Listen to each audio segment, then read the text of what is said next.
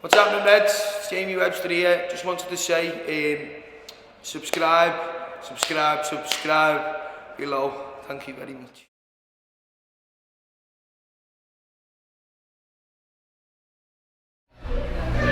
Hey, welcome to another episode of the Liverpool Connection podcast, PubChat. Obviously, this is our chat that we talk about the games, the analysis, reviews, and we're so happy to be with you today and our very special guest, Sammy Lee from across the pond. How are you, mate? Hi, folks. Very absolute pleasure to be here, so thank you. Cheers, everybody. Yeah. Cheers. So once again, we're at BD Riley's. We thank them for sponsoring our podcast and being such great hosts. We're coming to you from the pub straight after a 9-0 victory over Bournemouth. What a game it was. There's goals from everybody except the best scorer in the league, Mo Salah. You guys tell me, how does that happen? Statistically speaking, that shouldn't happen, that we score 9 goals and the best scorer in the league doesn't score goals. But I think he was very unfortunate on a couple of occasions, very unfortunate. And I think, what really impressed me was the smile on his face today. Yeah, he played with a big smile on his face, as did all the team. And yeah, he wants to score goals, and people have always had this thing about him wanting to win the Golden Boot, but I guarantee you over the course of 38 league games, he'll be up there. Of course. He'll be up there. And I forgot to introduce, we got Wiegland from the Isle of Man. We got Mr. Londoner here, Julian. So I just want to... we're missing Daze today, but we're bringing Sammy Lee, and it's just what a great victory we had. I was just going to say on Salah. Yeah. I'll tell you why Salah never scored today or assisted, because I've got Salah on to be top goal scorer and I've got Salah on to get the most assists in the league. So that's why he didn't. He scored 9 goals. It's just typical. Really.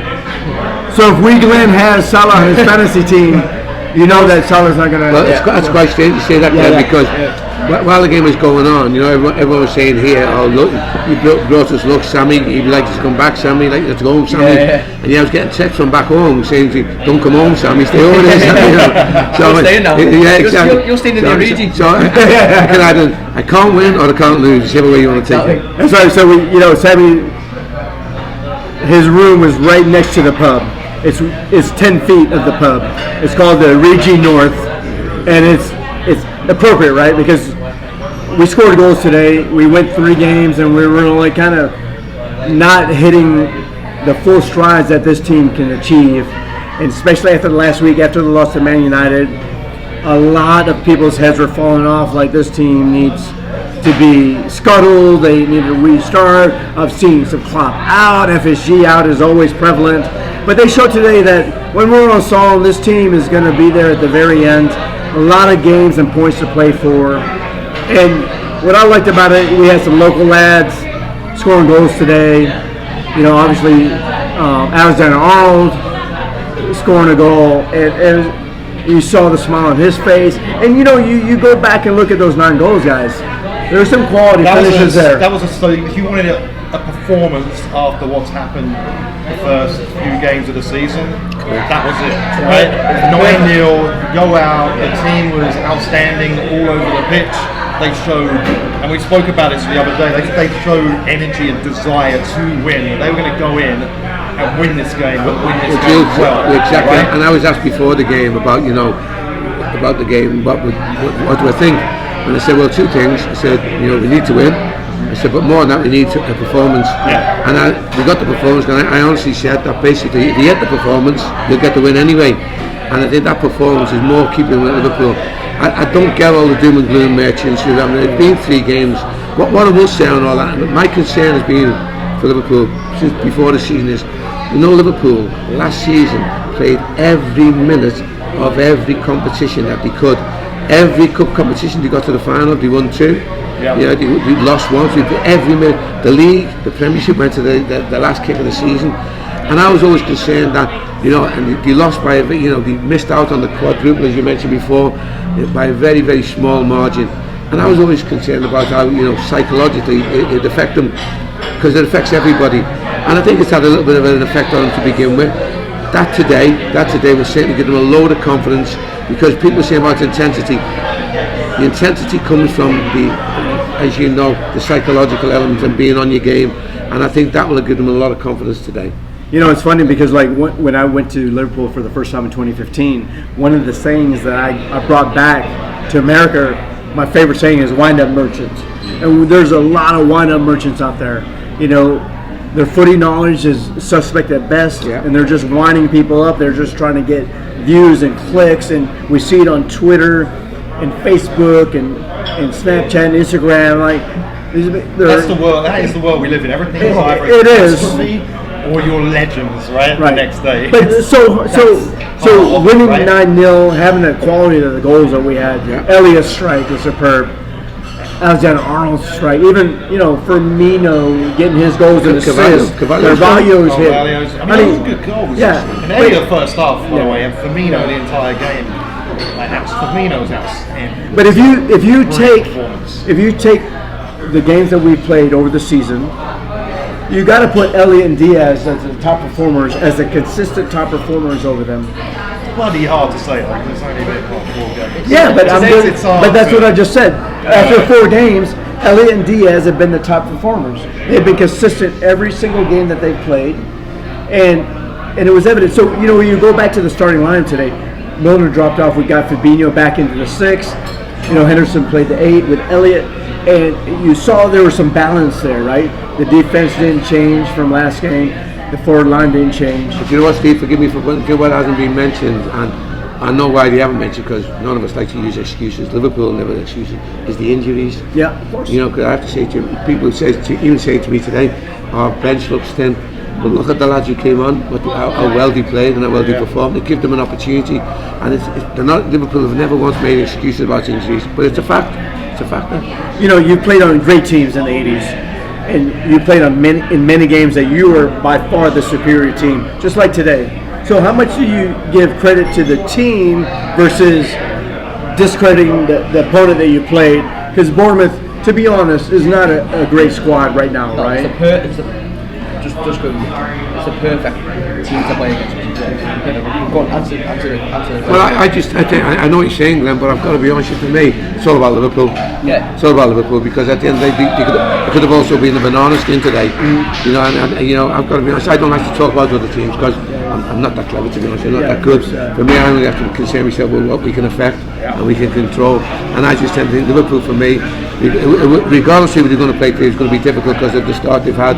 But that's why all credit to Liverpool for how they performed today. From minute one to the 94th minute, I thought they were excellent. They were on the game. And after, as you've seen before, there's been a lot of criticism, a lot of it totally unwarranted. But that's as you say, Jules, that's the world we live in nowadays. And I think they reacted fantastically well. And all credit to Jürgen and his staff and the players. What I feel like the difference is today, lads, is that we scored that first goal. The last 7 games, we've been we've given up the first goal, and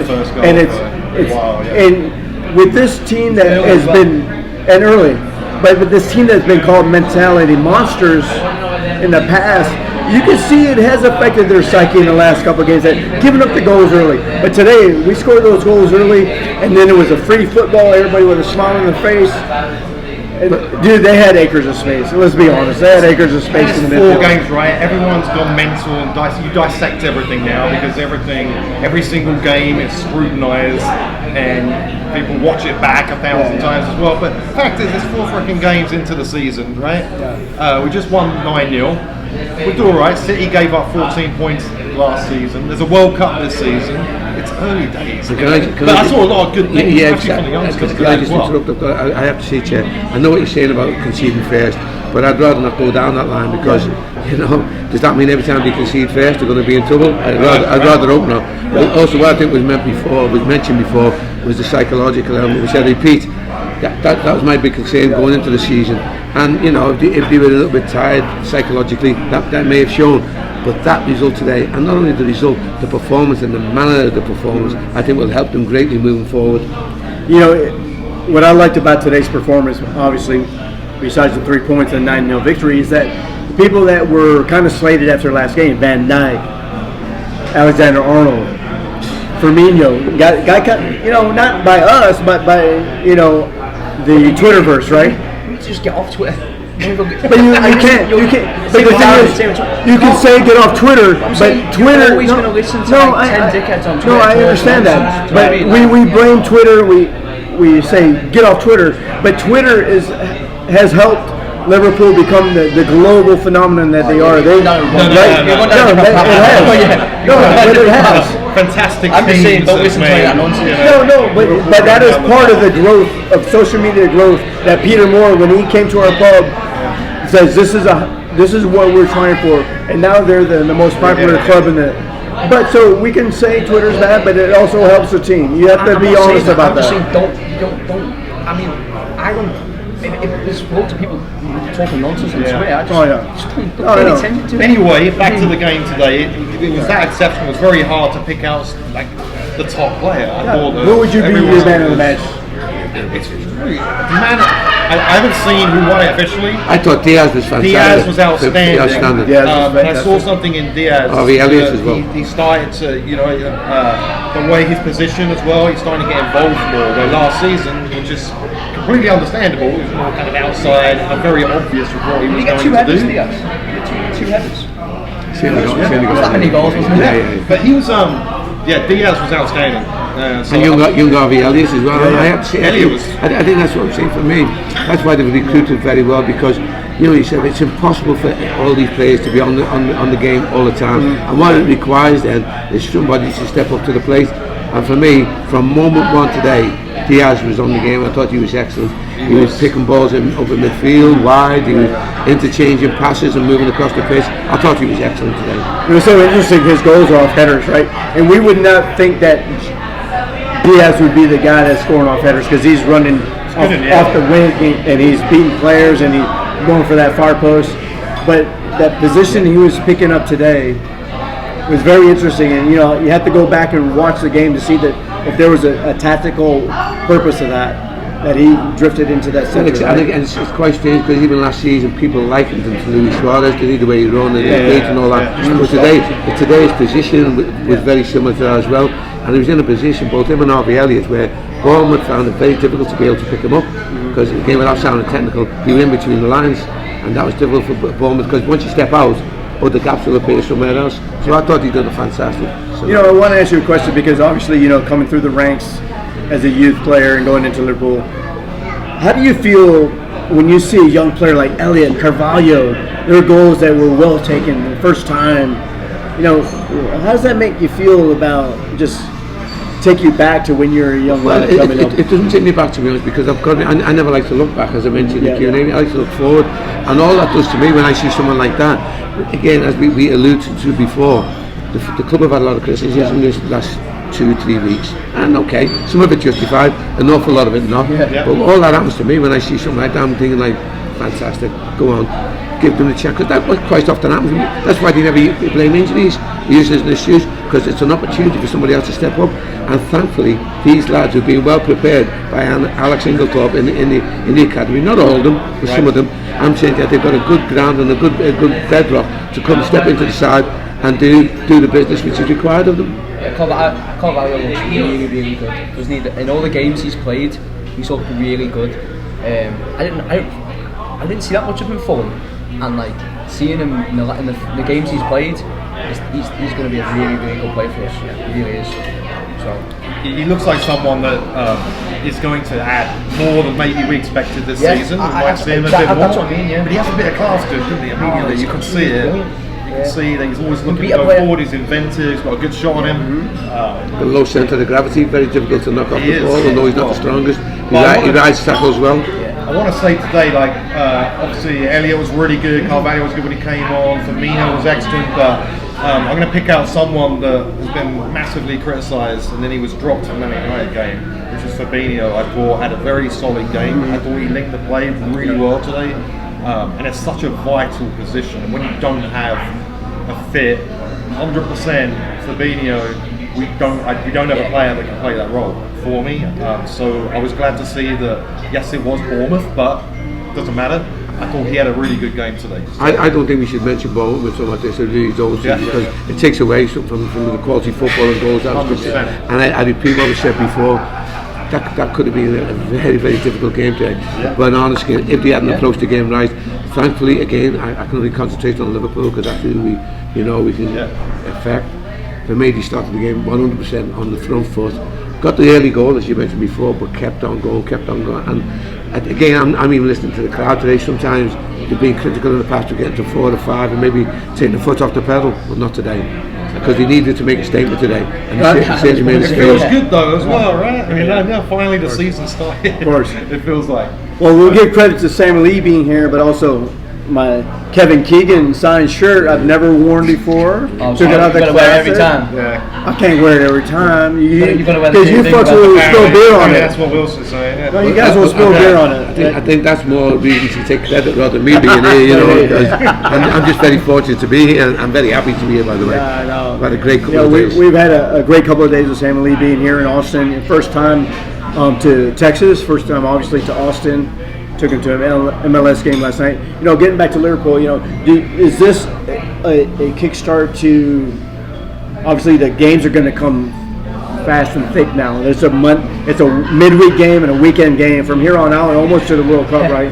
The next 3 are really tough, aren't they? You've got Newcastle. You've got Newcastle Wednesday, then you've got Napoli. Sorry, the derby, and then you've got Napoli. The derby and Napoli away. Yeah. Do you know what I mean?